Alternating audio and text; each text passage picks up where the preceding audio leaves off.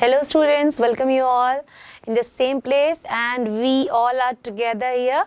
I hope you will be fine in your place and I am here with a new lesson in front of you all. So, this is from the same unit, that is culture, and the lesson name is Hamaguchi. So, if you read the lesson, you will come to know that it is a wonderful story of sacrifice and alertness, right?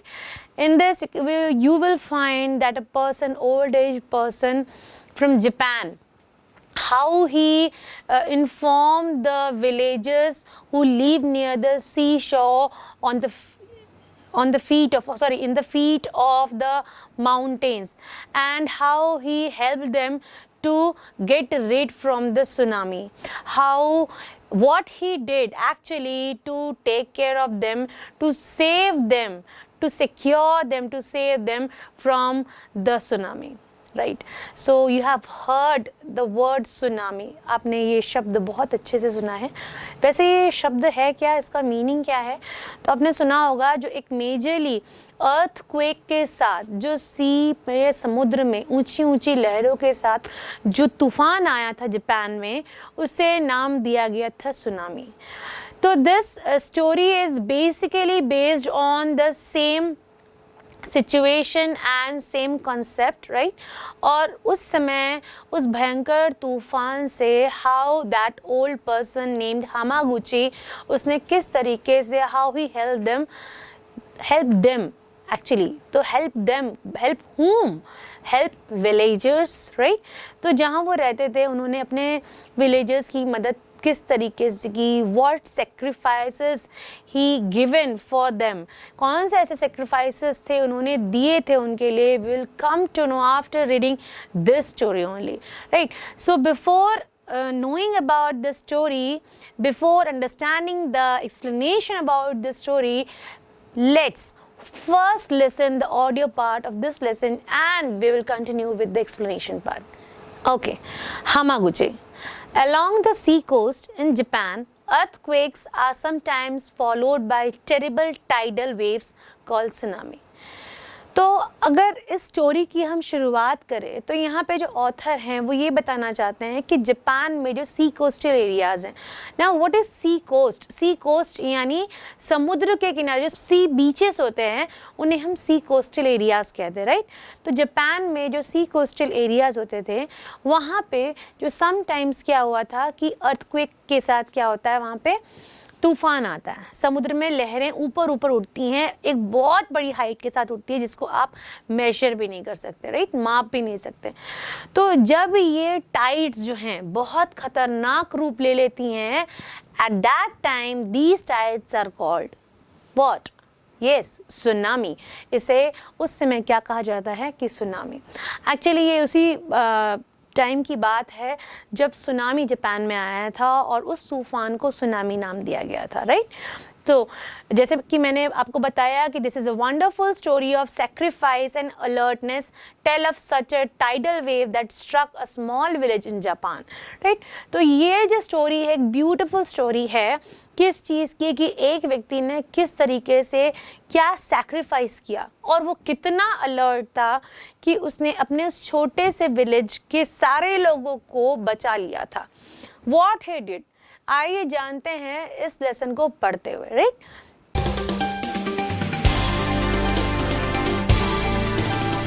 Unit 5 Culture. Reading C. Hamaguchi.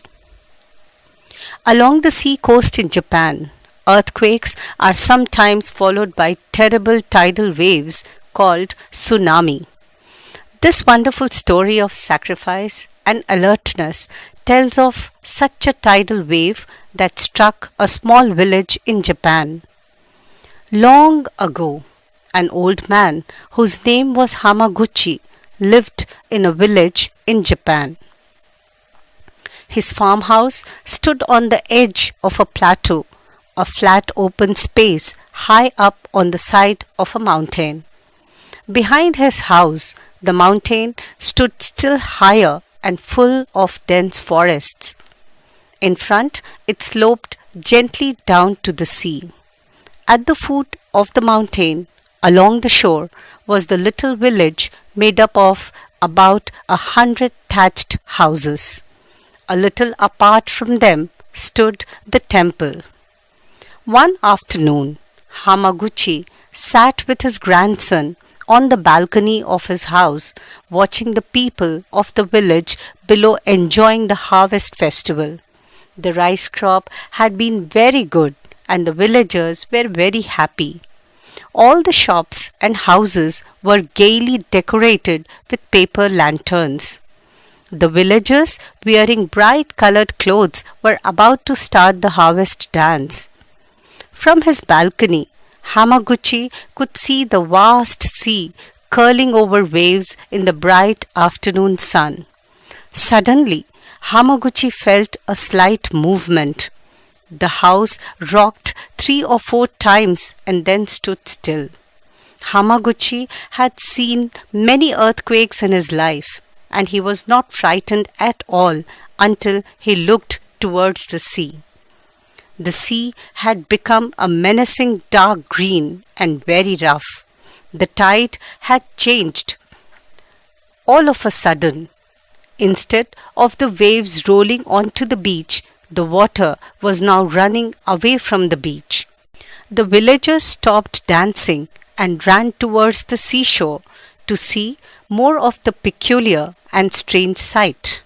None of them knew what this strange thing meant, but the old man on the mountain side had seen one such sight when he was a little boy. He knew what the sea would do.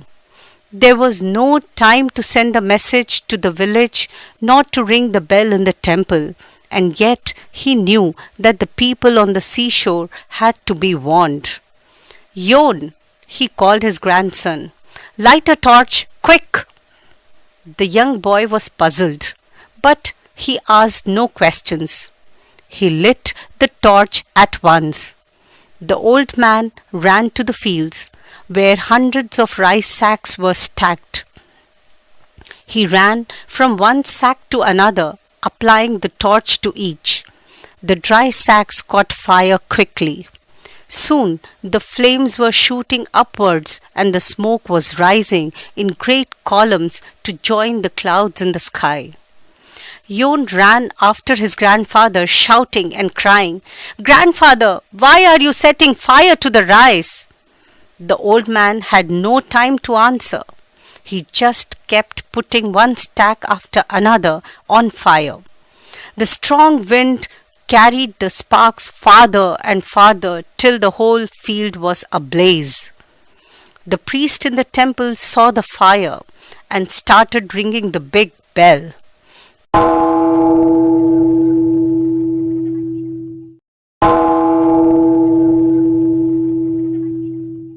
The people turned from the sea to see why the bell was ringing all of a sudden.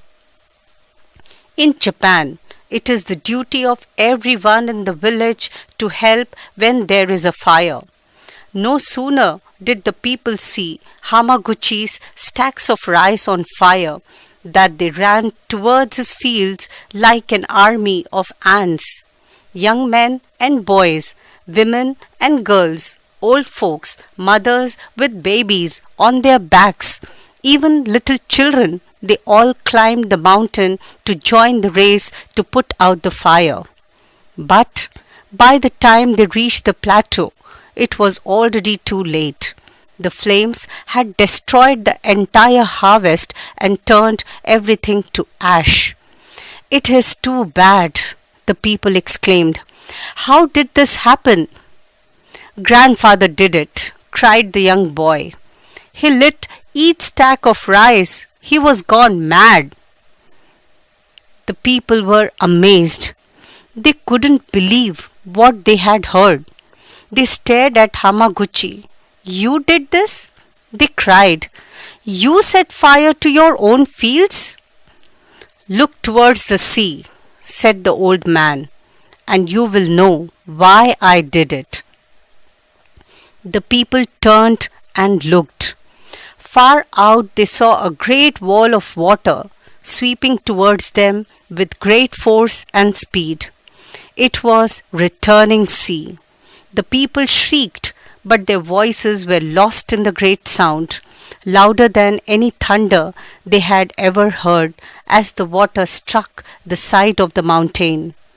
The hills shook, and they were drenched in a great burst of foam. When the cloud of spray had disappeared, the people saw a wild sea roaring over what was once their village. Great angry waves tumbled above the housetops, rolling, roaring, and tearing off houses, trees, anything that came in its way. Great big rocks were torn away like they were pebbles being tossed around. Again the wall of water struck, and again, but with less force each time. At last it fell back in its former place. The people stood speechless like statues on the side of the mountain. The village was gone, the temple was no more, and the fields had been torn away. Nothing was left of their homes but a few straw roofs that floated on the water. However, precious human lives were saved on the mountain side by this timely act. The people now realized why old Hamaguchi had set fire to the rice. There he stood among them, as poor as any.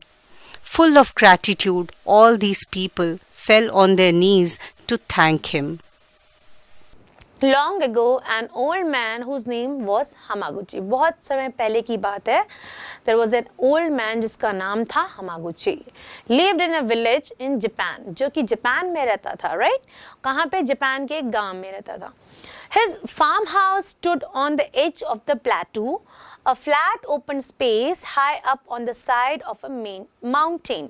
तो कहने का मतलब है वो Japan में एक village में रहता था और उसका जो फार्म हाउस था, फार्म हाउस जहाँ पे वो सब्जियां भी उगा सकता था या फार्मिंग का काम भी कर सकता था, साथ ही वहाँ उसका हाउस भी था जहाँ वो रहता भी था. अब ये कहाँ पे था?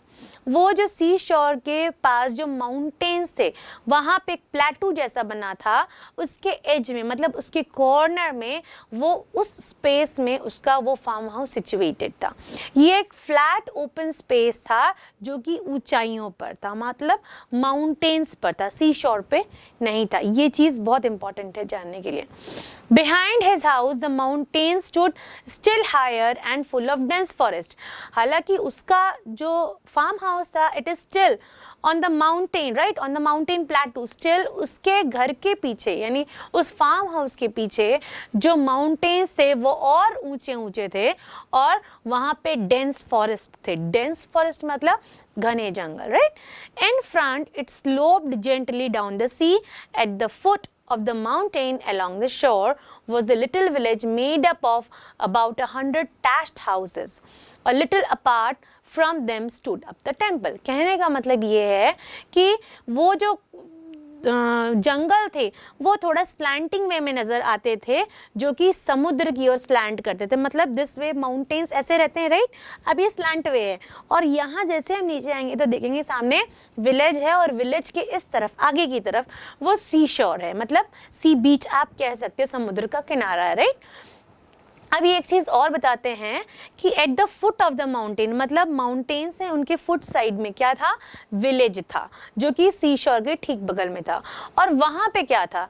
There were hundreds of thatched houses, मतलब छोटे छोटे एक दूसरे के पास पास सटे सटे घर हुए थे, मतलब छोटे छोटे जैसे हट्स रहते हैं, राइट? वो बहुत वाइड रेंज में फैला हुआ नहीं था, बहुत पास पास वो घर बने हुए थे. A little apart from them stood the temple, लेकिन वहाँ पे एक जो टेम्पल था वो उनसे थोड़ी ही दूरी पर था. One afternoon, Hamaguchi sat with his grandson on the balcony of his house, watching the people of the village below enjoying the harvest festival. ठीक है, फर्स्ट ऑफ ऑल हम हार्वेस्ट फेस्टिवल के बारे में डिस्कस करते हैं. व्हाट इज हार्वेस्ट फेस्टिवल बच्चों? So yes, आप लोग अच्छे से जानते हैं कि जब भी धान की कटाई होती है तो इस फेस्टिवल को हम कहते हैं हार्वेस्ट फेस्टिवल. ठीक है, अब ये फेस्टिवल क्यों मनाया जाता है? धान की कटाई होने के बाद जब किसानों को लगता है कि उनकी जो खेती है यानी जो अन्न का उत्पादन है, राइट, जो क्रॉप ग्रो हुई है वो मोर देन हमेशा की अपेक्षा ज़्यादा हुई है, मोर देन अदर पार्ट, या हम कह सकते हैं मोर देन अदर ईयर्स हुई है, तो वहाँ पे क्या हो जाता है, वो लोग इस तरह के फेस्टिवल्स को सेलिब्रेट करते हैं, राइट। तो हम उस लाइन पे आते हैं जहाँ पर हम थे कि एक दोपहर को हामागुची जो है वो अपने ग्रैंडसन के साथ यानी पोते के साथ बैठ करके अपने बालकनी से क्या देख रहे थे, लोगों को गांव में देख रहे थे। He was watching that people below at the seashore, they are enjoying the harvesting festival, and the rice crop had been very good and the villagers were very happy. अब harvesting festival क्यों मना रहे थे, क्योंकि this year the rice crop had been very good, कि rice crop का जो production है वो बहुत अच्छा हुआ था, और इस वजह से all the villagers were very happy. All the shops and houses were gaily decorated with paper lanterns. अब आपने देखा होगा कि पेपर के बहुत सारे लैंटेन जो दिवाली में भी आप देखते हैं कि उसमें एक छोटा सा लैंप लगा करके बहुत खूबसूरत सी डेकोरेशन होती है, तो वैसे ही उन्होंने इस फेस्टिवल को सेलिब्रेट करने के लिए अपने पूरे हाउस को सजाया था। मतलब वो अटैच्ड हाउस जो थे, सारे हाउसेस को सजाया गया था, शॉप्स को डेकोरेट किया गया था, और ये किससे किया गया था, पेपर लैंटर्न से, right. The villages wearing bright coloured clothes were about to start the harvest dance. So जैसे कि आप लोग हर फेस्टिवल को सेलिब्रेट करते हैं, like you people celebrate Diwali, Durga Puja, Dussehra, each festival. आप क्या करते हैं, जब भी हम कोई फेस्टिवल सेलिब्रेट करते हैं, so we used to wear very bright clothes, new clothes, beautiful clothes, and then we celebrate the festival, we dance, we eat, we have feast, we have so many things to celebrate, right? So वहाँ पे festival celebrate हो रहा था। तो बच्चों हमारे देश में भी ये हार्वेस्टिंग का फेस्टिवल अलग अलग प्रदेशों में अलग अलग नामों से जाना जाता है। फॉर एग्जाम्पल अगर हम असम की बात लें तो ये बिहू के नाम से जाना जाता है, और ये जो है एक प्रकार का इस डे पर एक विशेष फोक डांस भी होता है, जैसे कि आप स्क्रीन पर देख रहे हैं। ये बहुत ही खूबसूरत महिला है, ये कितने खूबसूरत डांस में और कितने सुंदर गेटअप में है, राइट। तो ऐसे कई स्टेट्स हैं जहाँ पे हम फार्मिंग पे बेस्ड हैं, जहाँ से हमारे बहुत सारा क्रॉप्स ग्रो करते हैं। तो जब वो हार्वेस्टिंग फेस्टिवल जब सेलिब्रेट करते हैं तो उसको सेलिब्रेट करने के टाइम में कुछ रीजनल डांसेस होते हैं जो वो उस समय वो लोग करते हैं।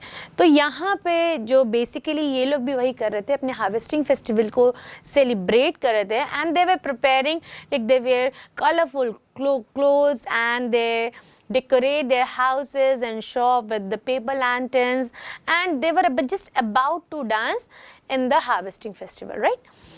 आगे हम देखते हैं, from his balcony Hamaguchi could see the vast sea curling over waves in the bright afternoon sun। तो जैसे कि स्टोरी के स्टार्टिंग में मैंने आपको बताया था कि Hamaguchi was sitting on his balcony on the plateau, and from there he was seeing कि people were enjoying, and from there he can also see the sea। ठीक है, समुद्र को देख सकता था।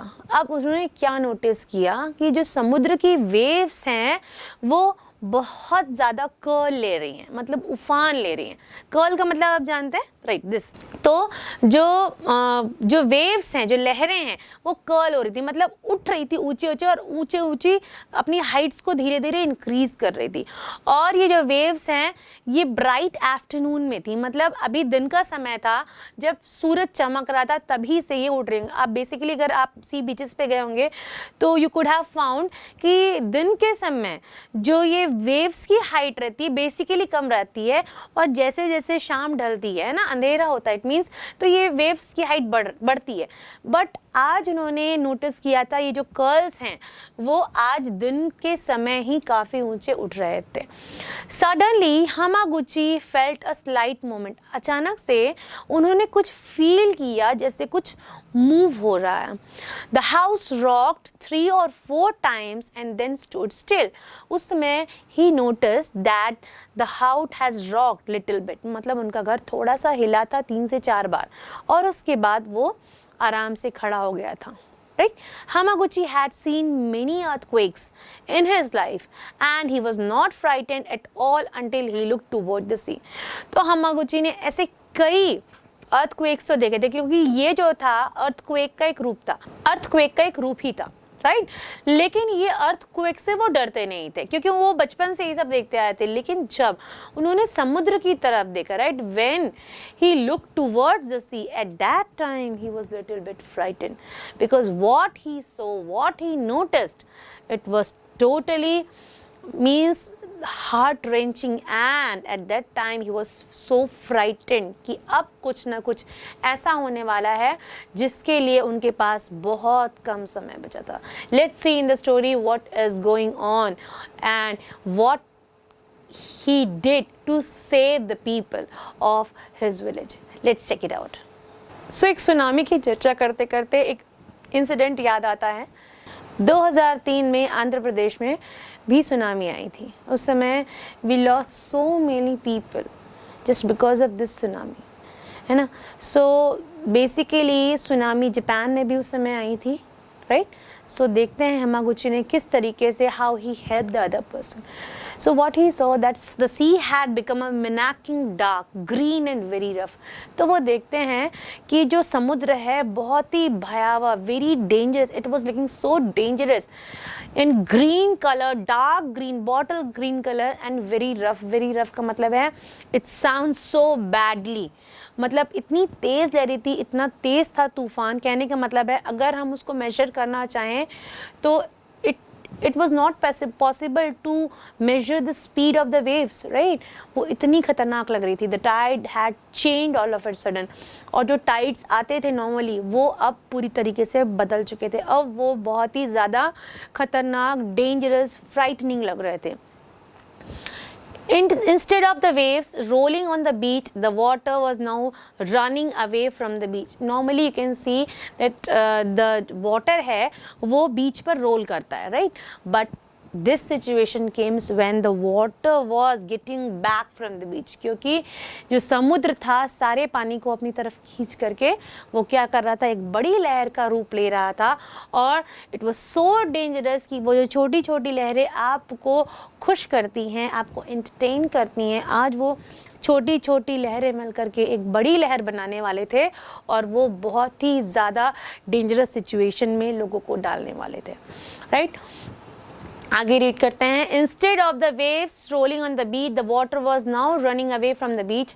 The villagers stop dancing and ran towards the sea shore to see more of the peculiar and strange sight. So what we can say at that time the villages were unknown for the upcoming strange danger, है ना।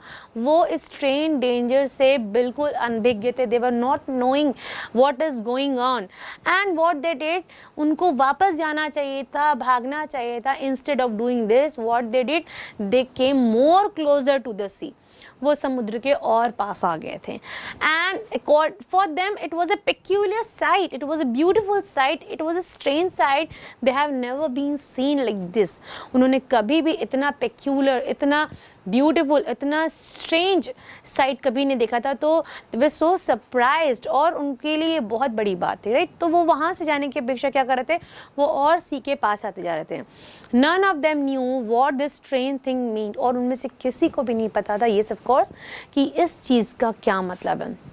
But the old man on the mountain side had seen one such sight when he was a little boy. He knew what the sea would do. लेकिन वो जो old man थे उनको पता था कि ये जो साइट है इसका मीनिंग क्या है, because he has experienced the same sight when he was so young. So the memories came back and he was so surprised कि today is the same day like earlier one and they have to face such kind of problem nowadays also. तो वो तो परेशान हो गए थे, right? And अब उनको समझ नहीं आया था कि what to do. There was no time to send a message to the village. अब उनके पास इतना समय भी नहीं था कि किसी मैसेंजर को भेजा जाए कि मैसेज दिए लोगों को और वो लोग वापस आ जाए। अब क्या करें? The thing what to do. Not to ring the bell in the temple, और इतना भी समय नहीं था कि जो टेम्पल जो है उन विलेज के हट्स के थोड़े दूर पे था वहाँ तक भी जाया जाए और सबके लिए टेम्पल का बेल बजाया जाए कि भैया you are in danger, please come upward the mountain. ऐसा भी नहीं बोल सकते थे। And yet he know that the people on the sea shore had to be warned. लेकिन वो ये जानते थे that the people standing in the seashore, they are in danger and they are not knowing it at all. So it is his duty to warn them, right? Yon he called his grandson, right. तो उनके जो पोते हैं उनका नाम Yon था और वो कहते हैं कि बेटा सुनो इधर, लाइट अ टॉर्च क्विक. कहने का मतलब है एक टॉर्च जलाओ. अब टॉर्च का मतलब ये नहीं कि आप जैसे कहते हैं कि वो छोटी वाली टॉर्च, यहाँ मशाल से मतलब है, राइट. तो उन्होंने मशाल जलाने के लिए कही थी. The young boy was puzzled but he asked no question. That little boy was puzzled कि एक तो दादाजी मशाल जलाने के लिए कह रहे हैं, ऊपर से क्यों दिन के समय. मैंने जैसे स्टोरी की स्टार्टिंग में ही आपको बताया था वो दिन का समय था, राइट. तो दादाजी दिन के समय क्यों मशाल जलाने के लिए कह रहे हैं. So he was totally puzzled and he want to ask some questions but he didn't ask any question to him. The young boy was puzzled. Puzzled का मतलब है वो कंफ्यूज था, राइट. क्यों कंफ्यूज था कि दादाजी दिन के समय मशाल जलाने के लिए क्यों कह रहे हैं. एंड द थिंग इज कि ऐसा क्यों कर रहे हैं. ही was totally confuse and surprised कि दादाजी दिन के समय मशाल लाइट करने के लिए कह रहे हैं. He want to ask so many questions, right. But उसने कोई भी क्वेश्चन नहीं पूछा. He did not ask a single question. He lit the torch at once. उसने जल्दी से उस मशाल को जला दिया. The old man ran to the fields. वो जो हमागुची थे वो उस मशाल को लेते हैं and then he started running toward the fields where 100 of rice sacks were stacked. Rice sacks मतलब राइस के जो गट्ठे या राइस की बोरियां, 100 से ज़्यादा बोरियां रखी थी वहाँ पे. He ran from one sack to another sack. वो एक बोरी से दूसरे बोरी की ओर चलते गए, applying the torch to it.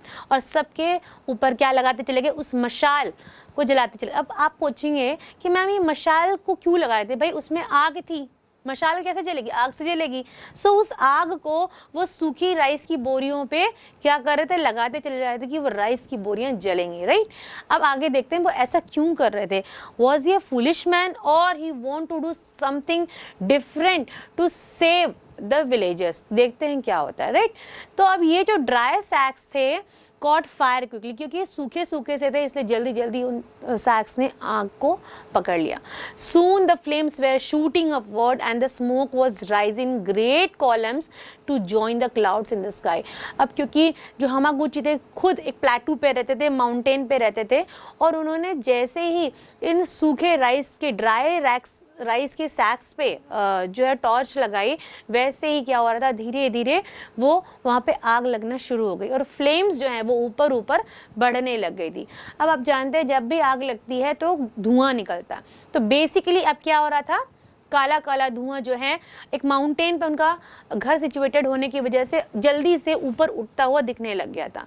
Yon ran after his grandfather shouting and crying, grandfather why are you setting fire to the rice. Yon जो कि अभी भी he was not able to understand कि दादाजी ये क्या कर रहे हैं. He started running behind him and started shouting and crying कि दादाजी why are you doing such kind of thing, why are you burning the sacks, rice sacks. वो ये कंटिन्यूसली पूछ रहा था. तो the old man had no time to answer. उनके पास एक सेकंड भी नहीं था कि अपने पोते को इस चीज़ का रिप्लाई कर पाए. Just kept putting one stack after another on fire. वो एक के बाद एक सारे के सारी बोरियों को जलाने लग गए थे. The strong wind carried the spark farther and farther till the whole field was ablaze. कहने का मतलब है क्योंकि वहाँ हवा चल रही थी, एज यू नो कि वहाँ पे टाइड्स आए थे, तो ऑफकोर्स सी शोर पे हवा चल रही होगी, राइट. अब क्योंकि ये चिंगारियाँ उस हवा की वजह से पूरी फील्ड में मतलब जहाँ पे वो राइस सैक्स रखे थे उस मैदान में फैल गई थी, राइट. तो जितनी भी सूखी बोरियां रखी थी सब तरफ आग लग गई थी और सब जो है वो पूरा फील्ड जो है, the whole field was ablaze, मतलब पूरा फील्ड दहकने लगा था. अब्लेज का मतलब होता है दहकना. The priest in the temple saw the fire and started ringing the big bell. जैसे ही उस प्रिस्ट ने देखा, प्रिस्ट मतलब पुजारी, तो मंदिर के पुजारी ने देखा कि इतनी आग लग गई है, he started to ring the bell, right? The people turned from the sea to see why the bell was ringing all of a sudden. तो अभी तक क्या हो रहा था, the people were mesmerized and surprised by looking after the peculiar view and a strange view of sea. But when they heard the bell is ringing, they just turned. वो जैसे इस तरफ सी है, हम यहाँ पेक्युलर व्यू ले रहे हैं, लेकिन जैसे ही पीछे से बेल बज रही है हम क्या हो रहे हैं, पीछे मुड़ के देख रहे हैं कि आखिर ये अचानक से घंटियां क्यों बजने लग गई। तो लोग भी उसी तरीके से पीछे मुड़े, राइट।